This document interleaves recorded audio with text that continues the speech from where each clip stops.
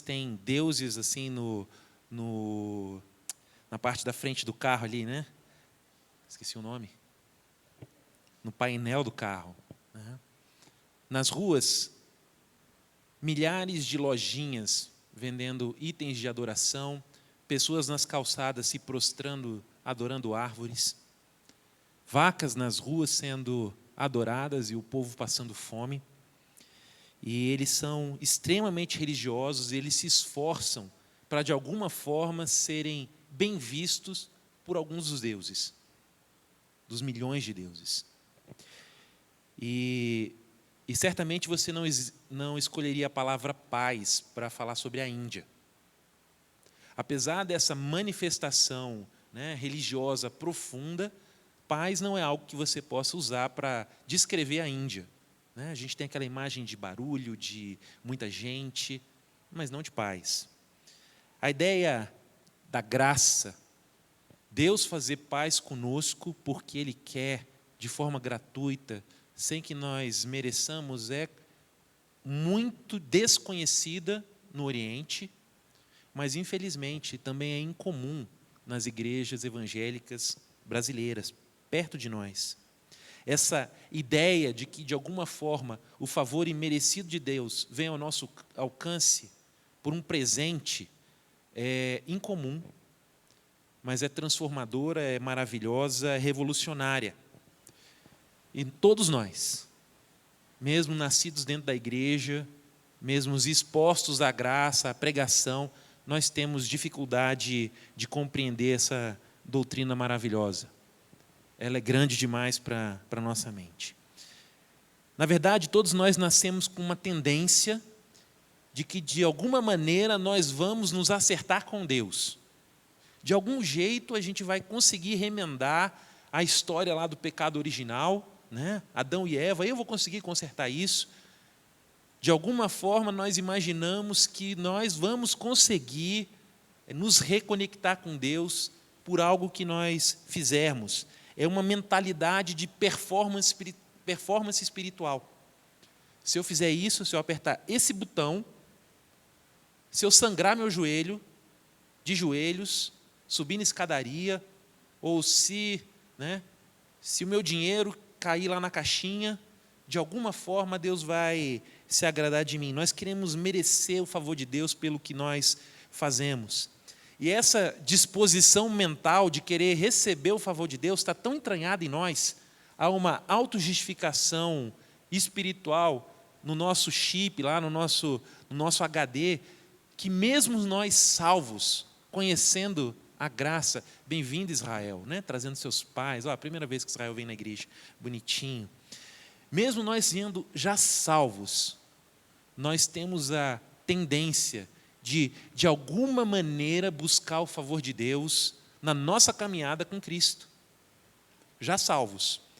Esse é o desafio aqui de Gálatas. Insensatos, quem enfeitiçou vocês? Por que vocês estão se desviando do Evangelho? É muito fácil perder a graça do centro da nossa vida cristã e, juntamente com ela, perder o coração da nossa fé, se tornar uma fé mecânica. Alguns ensinos de Jesus são tão duros que a gente pergunta assim, onde é que está a graça? Onde está esse favor, esse amor? Jesus, né? Aquele que desposar a mulher rejeitada, adultera. Cara, cadê a graça nisso? Né? Olha, se teu olho te faz pecar, arranca, porque é melhor você entrar no céu cego de um olho do que com os dois para o inferno. Onde está a graça? Jesus, onde está a graça? E essa pergunta é importante. Essa pergunta é importante porque, se a gente abandonar a graça, nós nos tornaremos semelhantes a qualquer outra religião do mundo. Pense no kardecismo. A pessoa acredita que, pelas suas boas obras, ela vai ter várias chances em várias vidas sucessivas, e ela vai melhorando por aquilo que ela faz. Autojustificação. Não um presente de Deus, algo que eu faço. Pensem na Indonésia, aquelas pessoas se martirizando com chicotes, com pontas de ferro, né, se martirizando em via pública. Obras da carne, obras. Nós estamos fazendo algo porque nós queremos nos acertar com Deus, sozinhos, sem um mediador, sem que o próprio Deus faça isso por nós. Então essa pergunta é importante, porque se nós perdemos a graça, de vista, nós vamos perder o coração da nossa fé, o centro da nossa fé. As palavras de Paulo, aqui no capítulo 1, versículo 9, apontam para o perigo que isso representa. Versículo 9. Como já dissemos e agora repito, se alguém está pregando a vocês um evangelho diferente daquele que já receberam, que esse seja anátema, que ele seja amaldiçoado, que ele seja condenado. Paulo está amaldiçoando aqueles que pregam um evangelho diferente do evangelho da graça. Isso é sério demais, é uma condenação eterna para aqueles que estão pregando coisa diferente do evangelho. Falava no carro, né? Deve ter um cômodo separado no inferno para quem deliberadamente faz isso. Gálatas, então, é um livro que é escrito para atacar o legalismo, para afirmar a centralidade da graça na igreja. A igreja está sendo ameaçada por um grupo de pessoas, que a gente vai chamar aqui de judaizantes, que eles queriam que, além de Jesus, fosse necessário que essas pessoas obedecessem os preceitos do Antigo Testamento, em especial a circuncisão. Provavelmente essa carta foi escrita ali ao final da primeira viagem de Paulo, a primeira viagem missionária, talvez antes do concílio de Jerusalém, que definiu que os cristãos não precisavam passar pela circuncisão. Eu acredito dessa forma.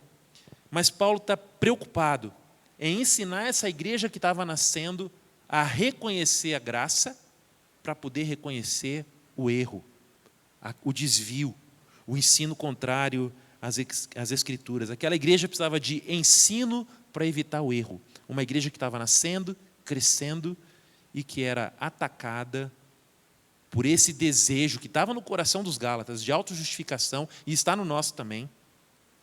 E aquela notícia de que eles deveriam fazer algo calava no coração deles com apoio. Nossa, isso deve ser isso mesmo. A gente deve ter que fazer alguma coisa. Não tem lógica não depender de nós, não tem lógica. E lembre-se, toda vez que Deus age poderosamente no seio de uma igreja, o inimigo vai se apresentar lançando dúvidas, lançando discórdias, divisões, e a gente precisa ficar atento. Mesmo quando a gente se entrega a uma busca livre por Deus, mesmo quando nós estamos focados numa obediência sincera a Deus, essa atitude de entrega pode virar algo legalista. E nós nos tornamos, de uma certa forma, presunçosos, achando que porque estamos fazendo isso, estamos obedecendo, então Deus deve alguma coisa para a gente. É muito fácil perder de vista. Paulo aqui está confrontando os judaizantes que se infiltraram na igreja com essa doutrina, que eles precisavam de Jesus, mais de algumas coisas do Antigo Testamento. No versículo 7, eles dizem que essas pessoas perturbaram, o qual, na verdade, não é outro, porém, há alguns que estão perturbando vocês e querendo perverter o Evangelho de Cristo. Gente ali entrou para causar confusão e para perverter o Evangelho. Esse desafio do primeiro século é de hoje. Há movimentos sionistas, há movimentos judaizantes, há movimentos dentro de igrejas, dando nome aos bois, ensinando de Sião, Belo Horizonte, dizendo que crentes devem observar práticas do Antigo Testamento, porque essa seria a restauração do evangelho primitivo. Então, quando você olha isso aqui, você fala, cara, Paulo está escrevendo para hoje. Paulo está escrevendo para desafios de hoje. A gente pensa, judaizantes estão lá, as heresias, elas se repetem. Não há heresia nova. São reformulações. Elas se apresentam com uma nova roupagem, simplesmente isso. Mas se a gente não tivesse a presença de movimentos judaizantes perto de nós, mesmo assim, essa carta seria útil, porque ela confronta o legalismo. Há riscos à pureza do Evangelho entrando em nós, porque nós temos essa tendência de querer nos acertar com Deus sem Jesus. Então vamos definir o que é legalismo. 3 aspectos dessa definição. A primeira, servir com as próprias forças. Servir com as próprias forças. Esses judaizantes falavam sobre Jesus, sobre o Messias. Os de hoje chamam Jesus de Yeshua. Me dá uma preguiça. Né? Mas eles falam de Jesus, falam de morte, falam de ressurreição, parecem amar Jesus, mas eles acrescentam um jeito. Tem que fazer dessa forma. Faça isso. É sua responsabilidade guardar as festas. É sua responsabilidade tirar o fermento da sua casa por 7 dias. É sua responsabilidade guardar o sábado, começando às 18 horas de sexta-feira. É sua responsabilidade fazer isso, porque isso te salva junto com esse Messias, que alguns deles nem creem que é Deus. Seria um homem empoderado pelo Espírito, que foi aceito por Deus como um sacrifício, e não o próprio Deus. Uma forma moderna desse tipo de erro é a ideia que nós somos salvos pela graça, mas é só isso. Jesus me salvou, agora é comigo. Sou eu que vou produzir a minha salvação agora. Sou eu que vou garantir a minha caminhada com Deus. Sou eu que vou fazer, porque afinal, tudo depende de nós, não é? Obviamente não. Obviamente não. Servir pelas próprias forças seria, então, esse primeiro indicativo de atitudes legalistas. O segundo é servir segundo as suas próprias regras. A palavra de Deus é cheia de normas dadas por um Deus amoroso para a nossa felicidade eterna. A lei de Deus é perfeita, mas nós entendemos que ela é insuficiente e acrescentamos normas, regras, né? Então, um tipo de roupa, um tipo de corte de cabelo, uma certa atitude na igreja, só na igreja, fora não. E vamos acrescentando regras, costumes, e vamos dizendo que isso é a forma como Deus exige de nós que nós conduzamos as nossas vidas na casa dele ou nas nossas vidas. Mas essas regras são nossas, porque as regras dele estão aqui. No direito é numerus clausus, né? São essas aqui, não cabe mais. São só essas. Mas nós vamos colocando coisinhas. E o nome disso é legalismo. Não precisamos acrescentar nada, mas nós somos criativos para criar regras. Igrejas que são baseadas no costume e não na palavra. Então, legalismo, servir com as próprias forças, servir segundo as suas próprias regras, as regras que você cria, ou que outros criam para você. E, por fim, servir para merecer o favor de Deus. Há legalismo quando nós servimos para sermos aceitos pelos outros, né? A gente pode obedecer algumas regras para agradar os outros. Isso é temor de homens. Legalismo aqui é servir com a motivação de agradar a Deus de alguma forma, de fazê-lo mais favorável a nós, fazê-lo amá-lo a nós de uma forma mais intensa, como se isso fosse possível. Nós queremos ter crédito com Deus. Esse é o campo da fé baseada na performance. E os judaizantes que estavam lá em Gálatas, eles encontraram no coração da igreja de Gálatas uma disposição para isso. Aquele povo era gentil, né? Da Ásia ali, eles não eram judeus. Mas eles vinham de uma cultura de performance. Quando a gente pensa na Índia, né? As pessoas adorando, se esforçando. Eles se esforçavam para agradar os deuses. Entra o Evangelho e alguém diz, olha, beleza, ótimo que vocês conheceram Jesus, mas façam isso, é necessário. E nós nos sentimos bem quando nós conseguimos fazer algo e projetamos que isso fará com que Deus nos ame mais. Nós pensamos assim, olha, se eu ler a Bíblia, se eu for à igreja, se eu ofertar na igreja, se eu servir, né? Se eu for o esquisito do trabalho, né?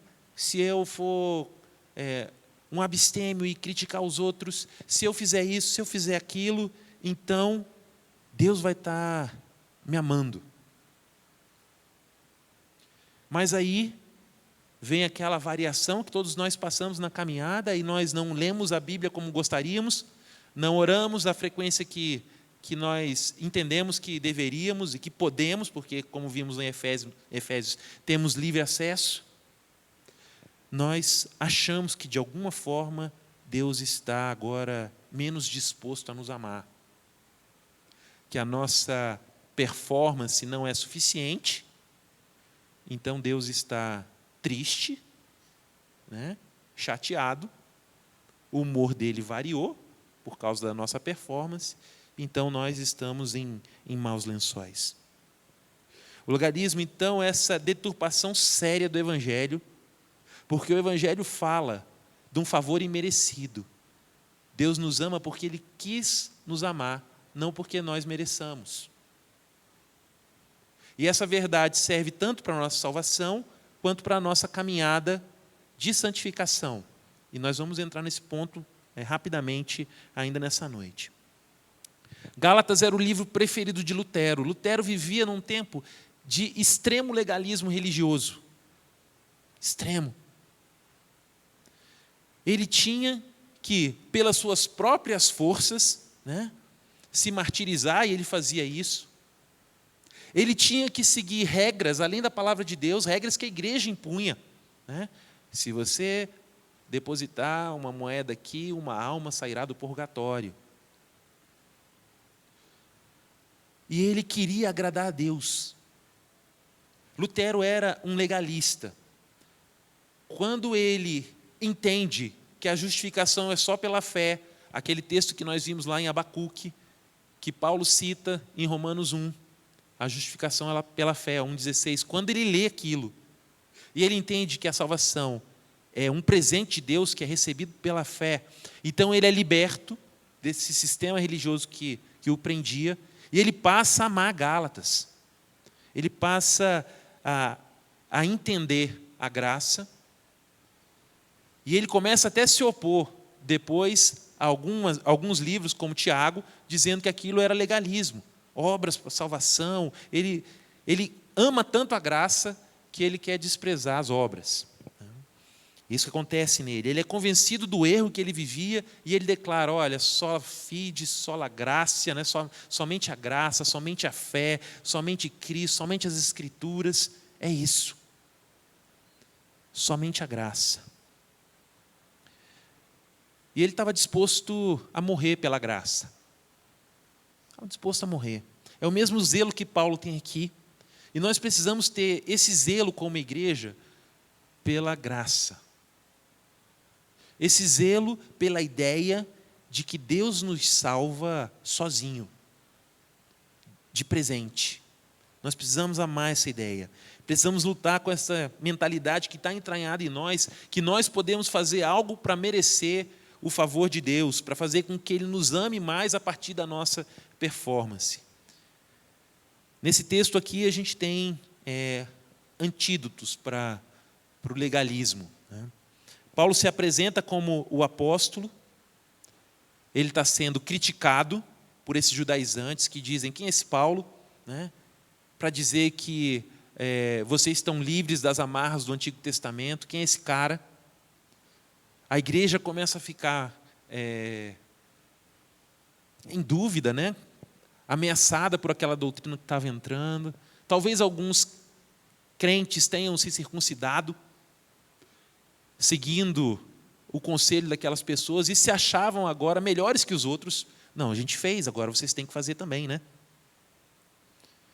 Uma mentalidade de rebanho, assim, né? Eu tive essa experiência, você também tem que ter. E Paulo escreve para combater esse legalismo, e ele fala que ele é um apóstolo, que não foi feito, né? Ele não foi conduzido a isso por uma imposição humana, unção apostólica, nada disso. Ele tem um encontro com o próprio Cristo, não da parte de pessoas, nem por meio de homem algum, mas por Jesus Cristo e por Deus Pai, que o ressuscitou dos mortos. E ele escreve para esses irmãos que estão comigo, né, na mesma fé, para as igrejas da Galácia. Qual seria, então, o antídoto para o legalismo? São duas ideias. O Evangelho é gratuito. O Evangelho é libertador. O Evangelho é gratuito. Paulo está começando, então, a sua carta com a seguinte expressão: que a graça, o favor de Deus e a paz estejam com vocês. Graça e paz é uma saudação particularmente evangélica. Graça e paz. Algumas denominações têm a sua forma peculiar, né, de cumprimentar os pastores quando só a paz do Senhor esteja convosco, né? Algumas denominações. Se a gente tem algum caguete em relação a isso, né, ou algum modo de falar, a gente geralmente saúda as igrejas com a graça e paz.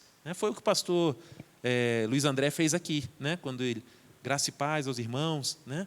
Essa é uma saudação particularmente evangélica. A graça está no centro, no coração da nossa fé. Paulo começa essa carta com graça, e ele vai terminar lá no versículo 18 do capítulo 6, também com graça. A graça do nosso Senhor Jesus Cristo esteja com o espírito de vocês, irmãos. Amém.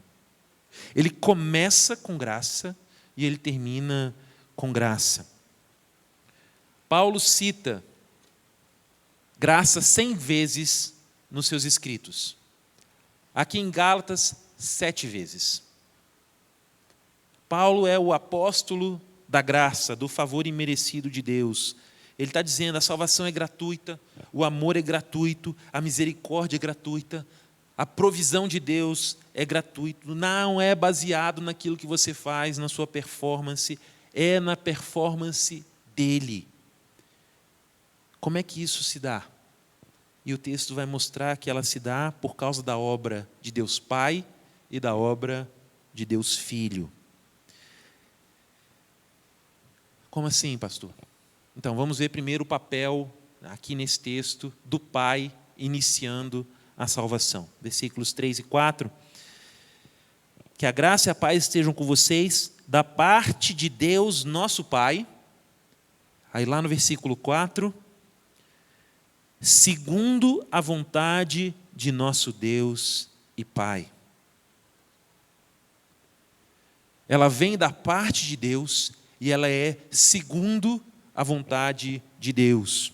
É da vontade dele, é da vontade do Pai que o povo de Deus conheça a sua graça. Ele projetou dessa forma.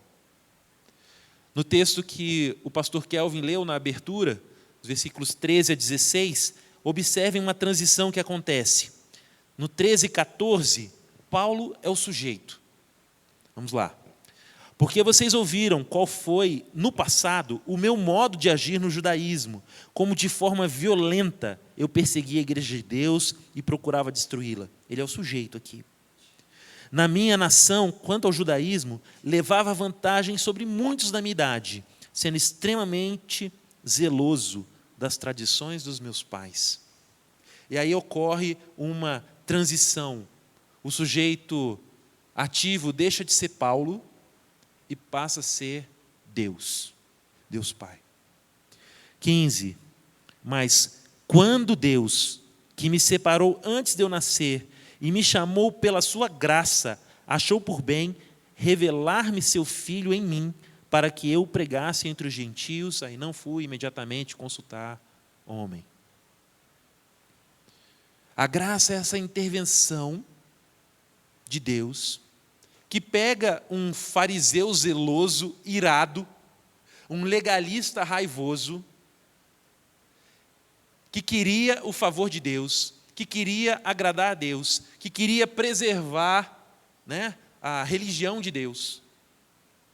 E a graça muda o coração dele. E vem da parte de Deus, quando Deus quis revelar o Filho. Um presente que Paulo recebeu. Paulo, então, ele reconheceu que aquele legalismo raivoso que ele tinha não era páreo para a graça. Entenda isso. Se você continuar lutando com as suas forças para agradar a Deus, você está distante da graça. Quando você se humilha debaixo da poderosa mão de Deus e reconhece que é um presente dele, então você a recebe.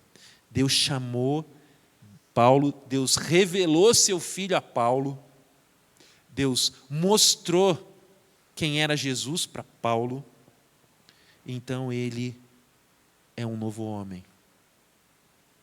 A graça se revela por vontade do Pai. Ninguém aqui tem a mesma história de Paulo, ninguém tem a mesma história que eu tenho, só eu.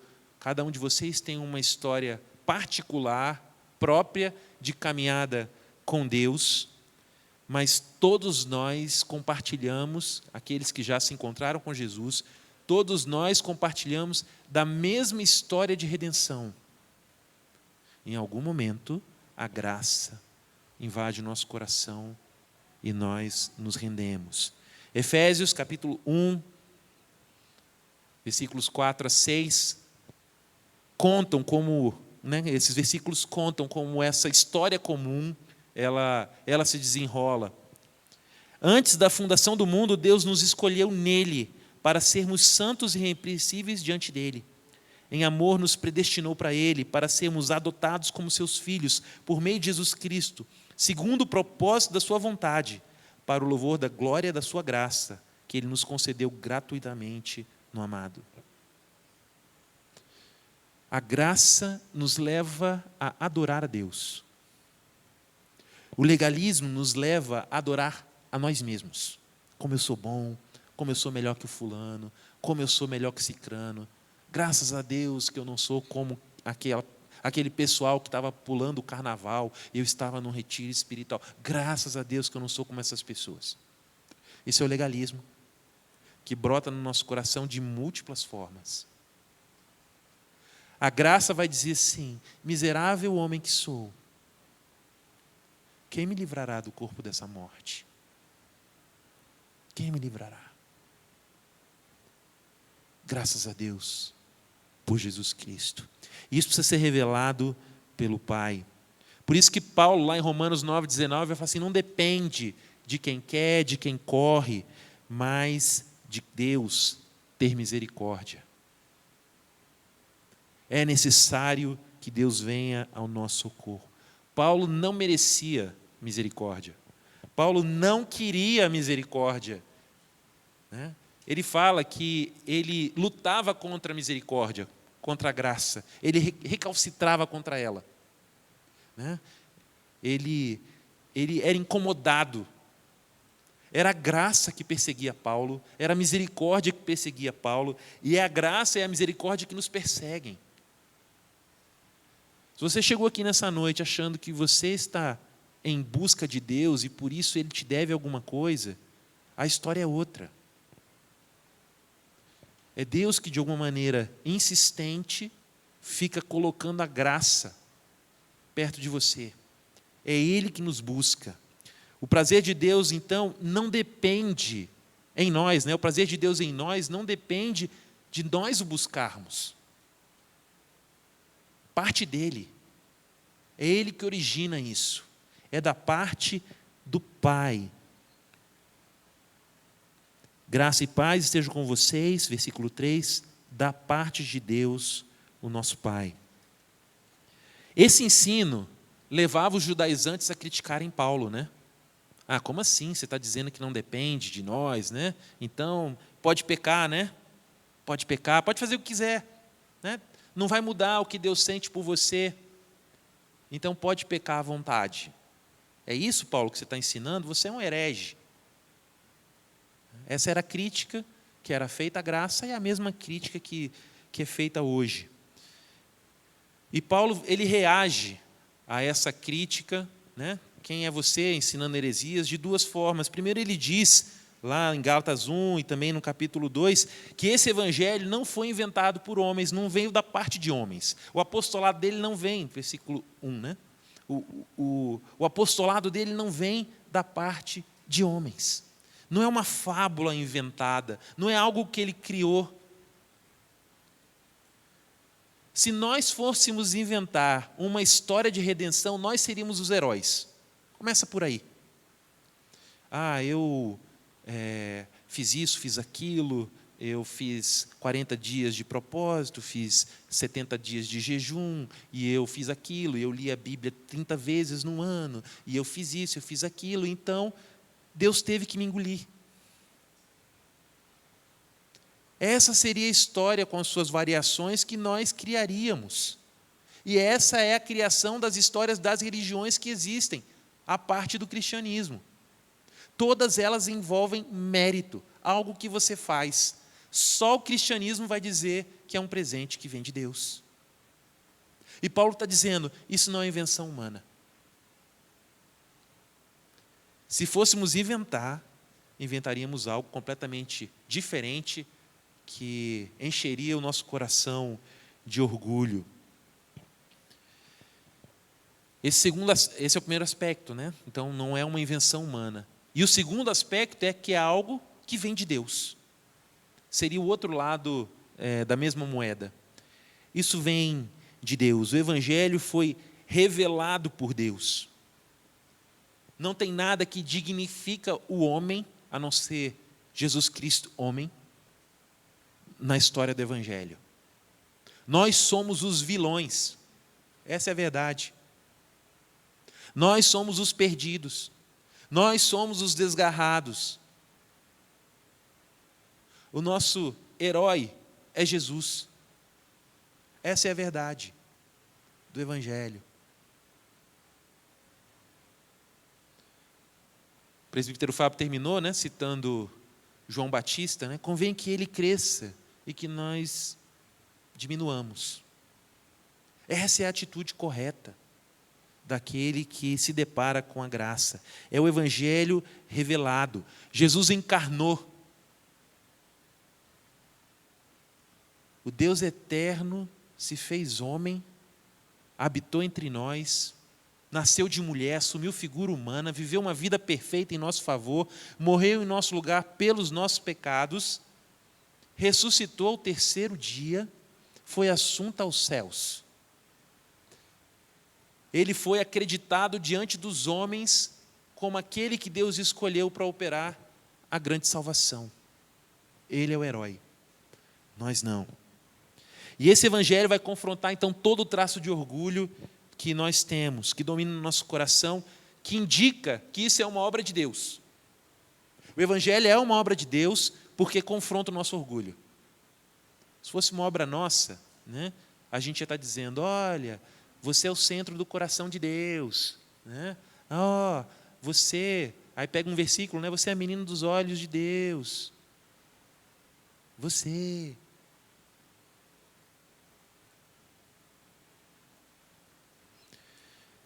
Abandonar o evangelho da graça é um erro mortal. Equivale a abandonar o próprio Deus. Paulo está falando, né, que o início da salvação vem da parte de Deus, mas há um aspecto complementar. Deus, Filho, efetua a nossa salvação. É Jesus quem nos salva, não somos nós.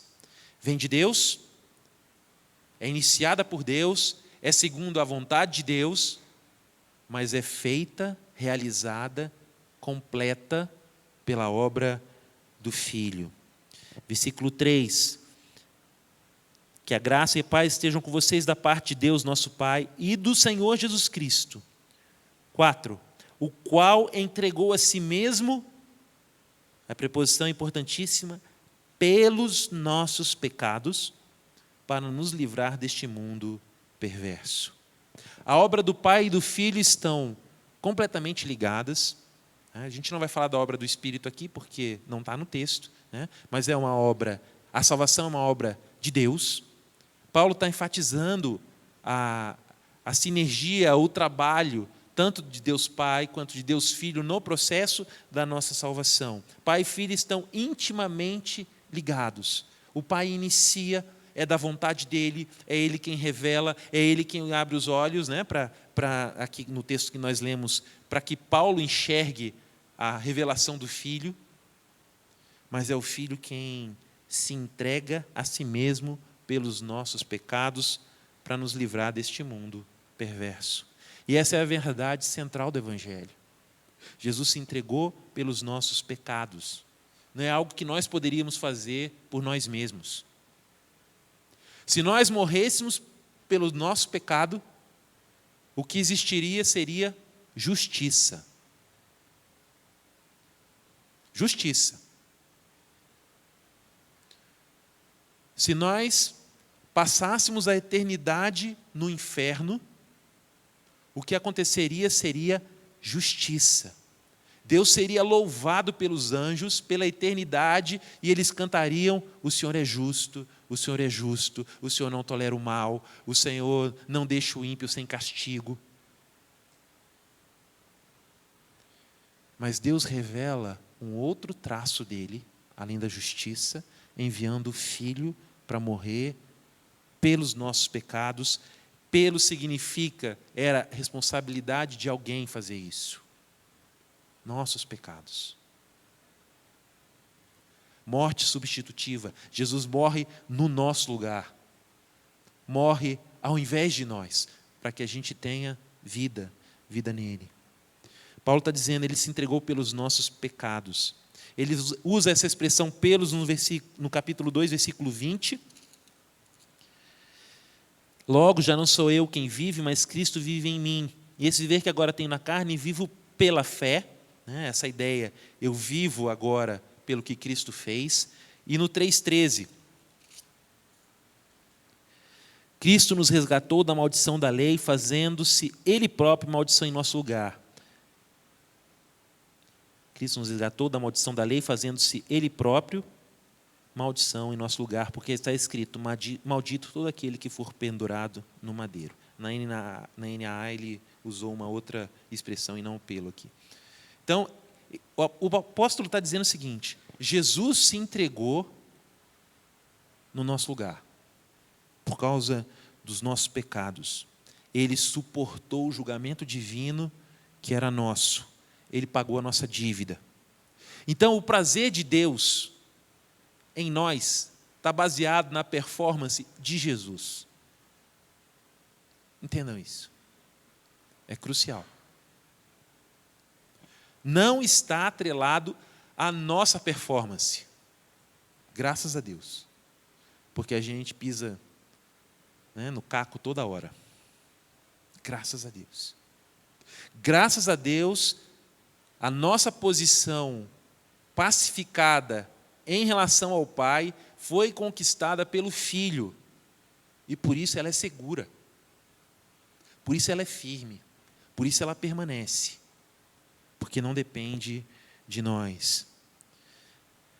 A igreja de Gálatas estava perdendo o significado dessa morte substitutiva de Jesus e estava querendo adicionar outras coisas. A circuncisão, a guarda de dias. Ela estava sendo enfeitiçada, né? No versículo 6, capítulo 1, estou muito surpreso em ver que vocês estão passando tão depressa daquele que chamou da graça para outro evangelho. Quem enfeitiçou vocês lá no capítulo 3? Gálatas insensatos, quem foi que os enfeitiçou? Como vocês estão perdendo a centralidade do coração da fé de vocês, que é baseada na graça de Deus. Não esqueçam, né, que os judaizantes eles queriam observar a Bíblia de forma literal. Eles queriam viver a Bíblia, o Antigo Testamento, né? Eles queriam cumprir a lei. Eles afirmavam crer no que os cristãos criam. Ah, Jesus é o Messias, o enviado. A gente crê nisso aí. Só que isso não é suficiente. É Cristo mais alguma coisa. É Cristo mais aquilo que você pode fazer. É Cristo e mais o seu esforço pessoal. E quando a gente faz isso, quando a gente adiciona algo à graça, nós estamos difamando o Evangelho. Nós estamos dizendo que o Evangelho não é suficiente, que ele é fraco, que ele é incompleto. Nós estamos difamando o Evangelho. Então, quando os judaizantes diziam, olha, precisa observar aqueles mandamentos do Antigo Testamento, precisa adicionar algo à graça, eles estavam simplesmente perdendo a graça. Perdendo a noção do sacrifício de Jesus pelos pecados. Eles perdiam isso. Não dá para ter a graça e mais alguma coisa. Ou você tem a graça, ou você perde a graça. Não tem meio termo. Não tem como compatibilizar o nosso desejo de autojustificação, esse desejo que a gente tem, de alguma forma, ficar bem com Deus por algo que a gente faça, com a obra de Jesus Cristo na cruz. Não dá, não tem meio termo. Pastor Kelvin falou, né, que uma mosca lá no perfume, né, estraga o perfume todo. Imagine um copo d'água, né? Cadê o canal condutor, né? Estou fazendo referência à escola dominical. Escola dominical é importante, venham na escola. Então, imaginem uma água num copo, no qual se coloca uma gota de veneno. Você tomaria essa água? Ao tocar a superfície daquela água, o veneno a contamina. Ela deixa de ser potável, ela se estraga completamente. A graça, quando é contaminada com alguma obra, com algo que nós fazemos, ela também se dissolve. Porque nós preferimos aquilo que nós podemos fazer, nosso coração pecaminoso, do que aquilo que Jesus faz por nós. Essa é a preocupação de Paulo, dessa carta. Ele está combatendo esse tipo de heresia. O Evangelho não veio para nos ensinar as regrinhas para agradar a Deus. O Evangelho veio para dizer que nós não conseguimos agradar a Deus e que, apesar disso, Deus mandou o Filho dele para morrer no nosso lugar, por amor, para a glória dele. É o contrário de obras. Não precisamos de Cristo e mais alguma coisa. Precisamos só de Cristo, ponto final. Só de Cristo. Solos Cristos. Apenas Cristo. Essa é a mensagem do Evangelho. E graça e paz é alcançada, né? Graça e paz. Paz é alcançada por intermédio dessa salvação. Não existe paz numa religião de performance. Porque nós falhamos. Estou super espiritual, né? Estou aqui no monte. Aí desce do monte, leva uma fechada no trânsito, né? Xinga. É assim que nós somos. Inconstantes. Mas a obra de Jesus é perfeita. E a paz, então, com Deus só pode ser alcançada por intermédio dessa graça. Graça e paz. É por causa do favor imerecido que alcança você, que você pode ter paz com Deus, não por causa dos seus méritos. Esse mesmo Cristo que nos salva, habita em nós e nos faz fazer boas obras, que Ele preparou de antemão para que a gente andasse nelas. As nossas boas obras também são fruto da graça, e não uma assinatura recorrente, né? Eu ganhei aqui um mês grátis de assinatura de uma revista, que foi a morte de Jesus, agora todo mês sou eu que pago. Debita no meu cartão de crédito. Não é assim a fé cristã. É uma obra completa. Ao adicionar algo a essa obra, nós estamos difamando o Evangelho. Mas nós também difamamos o Evangelho quando nós compreendemos de forma equivocada a graça. Extremos perigosos. Extremos perigosos. Quando nós barateamos a graça, quando nós dizemos, é de graça, Deus me deu, ninguém vai arrancar da minha mão, então eu posso viver como eu quiser, nós barateamos a graça. Caminhamos para uma vida licenciosa, que nega o que Jesus fez. A graça transforma. Paulo vai falar sobre isso aqui em Gálatas, lá no capítulo 5:13. Nós somos chamados à liberdade. Porque vocês, irmãos, foram chamados à liberdade, mas não usem a liberdade para dar ocasião à carne. Pelo contrário, sejam servos uns dos outros pelo amor. Vocês foram chamados pela graça para serem livres, mas isso não significa que vocês são livres agora para pecar. Não, vocês são livres para não pecar. Vocês são livres para viver em santidade. Então, esse erro de baratear a graça, ele precisa ser combatido com as seguintes convicções teológicas. Primeiro, a graça não é barata. Ela custou a vida do nosso Cristo na cruz. Não existe preço maior. Jesus Cristo, perfeito, morreu em nosso lugar para que nós tivéssemos vida. A graça não é barata. E a segunda ideia é que a graça transforma. Ao sermos confrontados, impactados, encontrados pela graça, a graça produz mudança em nós. Se não muda, provavelmente não encontrou a graça. Não encontrou. A graça transforma. Paulo tinha altas expectativas em relação a Pedro. Aqui no capítulo 2, versículo 14, Paulo tem que repreender Pedro, porque ele não estava vivendo de acordo com a graça.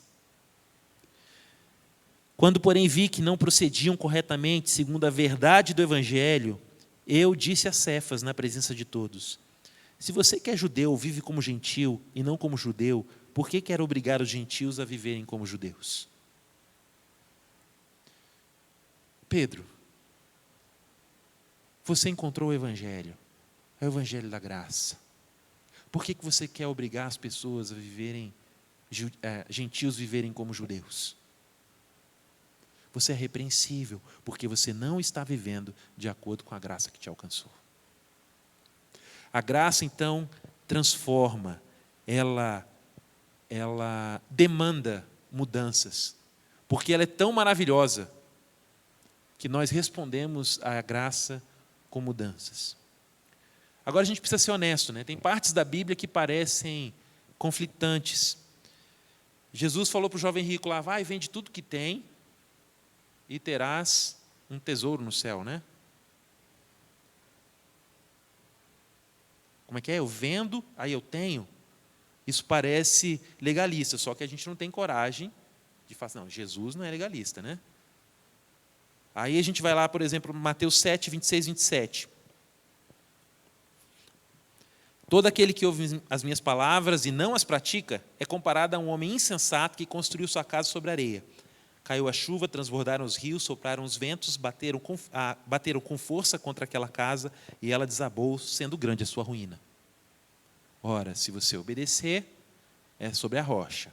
Se não obedecer, é na areia, vai se dar mal. Dá para se meter em confusão citando Jesus numa igreja, né? Alguém pode enxergar isso como legalista, encontrar aqui uma justificativa para sua tendência de autojustificação espiritual, de performance espiritual. A relação de Paulo e Tiago, eu já mencionei, né? Quando eu falei de Lutero, Lutero queria tirar a carta de Tiago do cânon, né? Paulo fala aqui que a salvação é pela graça, em Efésios fala que é pela graça mediante a fé, não por obras para que ninguém se glorie, citando que a justificação é só pela fé. Aí lá em Tiago 2,20, Tiago diz assim: seu tolo, se você quer ter certeza de que a fé sem obras é inútil, né? Tiago vem, precisa ter obras, a sua fé precisa ser viva e operante. Parece haver uma contradição, né? E Lutero fala assim, melhor tirar Tiago do cânon, né? Meu negócio é a graça, esse negócio aí está parecendo legalismo. Há um aparente conflito entre Tiago e Paulo, nos escritos de Paulo, né? Mas há uma aparente contradição no próprio Paulo, que a gente diz que é o apóstolo da graça, 100 vezes citando graça, né? 2 Tessalonicenses 1,8, falando da vinda de Jesus, olha o que Paulo diz: ele virá em chama de fogo, tomando vingança contra todos os que não conhecem a Deus e contra os que não obedecem ao evangelho de nosso Senhor Jesus. Então, o próprio Paulo está dizendo, quem não obedece, quando Jesus vier, cara, chama de fogo para ele. Então, o apóstolo da graça é o mesmo que diz que quem não obedece será réu.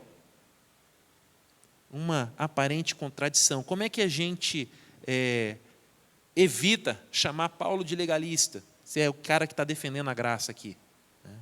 Então, a gente precisa compreender que a Bíblia é uma única história de salvação. Uma única história de salvação. Livros foram escritos para audiências diferentes. Paulo está escrevendo Gálatas para uma igreja que estava sendo ameaçada pelo ensino judaizante, que queria colocar Jesus mais algumas coisas. Tiago escreve para uma igreja que diz, fomos salvos pela graça, então a gente não precisa fazer nada. E aí Tiago diz, vocês estão malucos? Eu vou mostrar a minha fé para vocês com as minhas obras. Nós já vimos que a graça não é barata e que a graça transforma. Tiago está dizendo, a graça transforma. Como assim vocês não querem mudar? Então não há contradição nenhuma. Não há contradição nenhuma. Nós precisamos nos maravilhar com o evangelho da graça. A palavra-chave é crer, confiar, fé. Nós somos salvos pela graça mediante a fé. Nós precisamos crer que o que Jesus fez é suficiente, basta, completo. Quando ele fala lá na cruz, está consumado, tetelestai, quando ele fala isso é porque foi completo, e nós podemos descansar nele. E é só por isso que o Evangelho significa boas notícias. Porque se o Evangelho ainda exigisse de nós alguma performance, nós não conseguiríamos completar. O Evangelho só é boa notícia porque ele é gratuito. Por fim, ele só é uma boa notícia porque ele também é libertador. Ele nos liberta. Versículo 4. O qual se entregou a si mesmo pelos nossos pecados, para nos livrar deste mundo perverso, segundo a vontade do nosso Deus e Pai, para nos livrar desse mundo perverso. Essa palavra significa resgate. Foi usado, por exemplo, quando Paulo foi resgatado, livre de ser linchado. É a ideia que está lá no Êxodo, quando o povo de Deus é resgatado da escravidão no Egito, para nos resgatar de um mundo perverso. Nós vivemos num mundo perverso, nós estamos no Brasil em fevereiro de 2023, nós estamos aqui. Há um sistema, há um modo de pensar, há um jeito de buscar felicidade, há propósitos que são estampados e que nós deveríamos amar, buscá-los, entregar a nossa vida por eles. Um sistema que se opõe à ideia de que nós precisamos de Cristo. E nós somos resgatados desse pensamento perverso. nós somos livres para não pecar. Nós somos livres para amar coisas que nós não amávamos antes de conhecer Jesus. Antes de conhecer Jesus, nós amávamos o nosso pecado, os nossos desejos, a opinião dos outros sobre nós. Mas quando nós passamos a amar Jesus, a nossa mente muda e nós passamos a amar coisas que antes nós éramos inimigos delas. Amar a santidade, amar a autoanulação, amar a ideia de dar a outra face. Considerar isso como uma opção. Poxa, eu poderia ter reagido de uma forma completamente diferente pela graça de Deus operando na minha vida. Pensamentos que nós não teríamos, que só temos porque fomos libertos desse sistema que nos acerca, que está ao nosso redor. Fomos livres deste mundo perverso. Agora não perca o ponto, tá? Obediência não é legalismo. Obedecer não é legalismo. Porque nós não obedecemos com as nossas próprias forças, nós não obedecemos às nossas próprias regras, e nós não obedecemos para comprar o favor de Deus. Se isso estiver acontecendo, é legalismo. Mas se nós obedecermos pela força de Deus que opera em nós, se nós obedecermos à palavra de Deus, não às regras dos homens, não às regras que nós criamos para nós mesmos, a palavra de Deus. E se nós fizermos isso, não para comprar o favor de Deus, mas para a glória de Deus, como uma resposta de amor a Deus, então a nossa obediência é aceitável diante dEle. Aceitável. Não é uma ofensa. A nossa obediência fabricada para comprar a justiça é uma ofensa a Deus. É uma atitude de anticristo. Nós negamos a cruz quando obedecemos por legalismo. O Evangelho nos desperta, então, e nos liberta para viver da forma como nós fomos criados para viver. Nós somos criados para viver em Cristo. Lembram lá de Efésios? Em Cristo. Nós somos criados para viver em Cristo, não nesse mundo pecador. Pela graça, então, fomos libertos da prisão do pecado neste mundo. Nós podemos não pecar. Nós pensamos sobre isso. Nós nos movemos nessa direção. Nós sofremos quando pecamos. Porque nós somos libertados do poder do pecado. Nós fomos salvos de um sistema perverso, das atitudes, dos valores, das ações pecaminosas. Isso deixa de fazer sentido. Isso cheira para a gente morte, cheira para a gente loucura. Nós temos agora uma aversão, por causa do Espírito em nós, àquilo que antes nós nos entregávamos.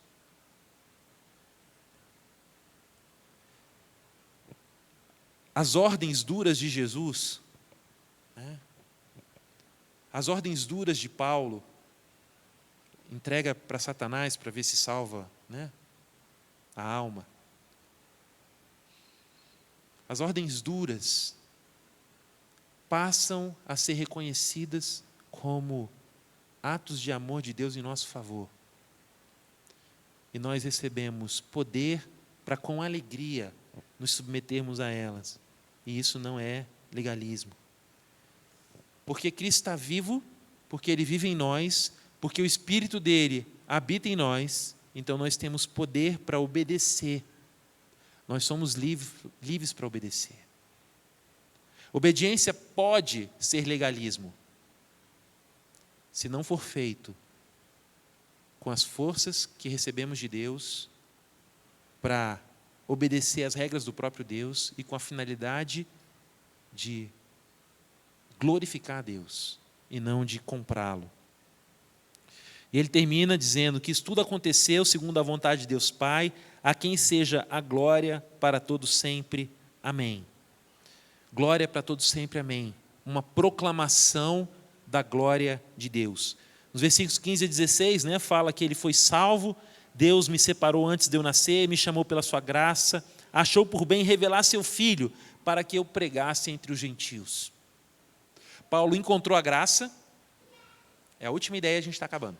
Paulo encontrou a graça e ele é então desafiado a pregar, a proclamar. A graça nos chama a proclamar. Paulo recebeu graça para quê? Para proclamar. Foi salvo? Foi salvo. Mas aqui ele era chamado a proclamar para os gentios. Foi uma revelação pessoal para uma proclamação pública. A fé, a graça te alcança, produz salvação, mas te comissiona a proclamá-la. Você não é o fim da graça. Não é o centro do coração de Deus, né? Você não é o fim da graça. A graça te encontra, como vimos hoje de manhã, como um canal para você proclamar. Alguns vão proclamar para povos não alcançados, alguns vão proclamar para o vizinho, para o filho, mas todos são chamados a proclamar. A graça, então, nos liberta para compartilhar essas boas notícias, de que a salvação, a graça, é gratuita e que ela liberta. Que nós não precisamos e nem poderíamos agradar a Deus com o nosso legalismo. Seria uma aventura fadada ao fracasso, que não produziria paz. Recebemos graça e paz da parte de Deus Pai e do Senhor Jesus Cristo, que morreu pelos nossos pecados. Vamos orar? Pai, obrigado pela Tua palavra, obrigado pelo início dessa série em Gálatas. Obrigado porque, livres em Cristo, nós podemos Te obedecer de forma agradável, não para o nosso currículo, mas para a Tua glória. Nos ajuda a conhecer a graça, para que evitemos o erro. Nos ajuda a discernir as nossas atitudes de autojustificação, de performance espiritual, a nossa inclinação para buscar mérito, entendendo o quão isso é contraditório com a graça que foi derramada na cruz. Enche o nosso coração de esperança, sabendo que o Senhor começou uma boa obra e vai levá-la até o final. Nós Te adoramos e agradecemos em nome de Jesus Cristo, nosso Salvador.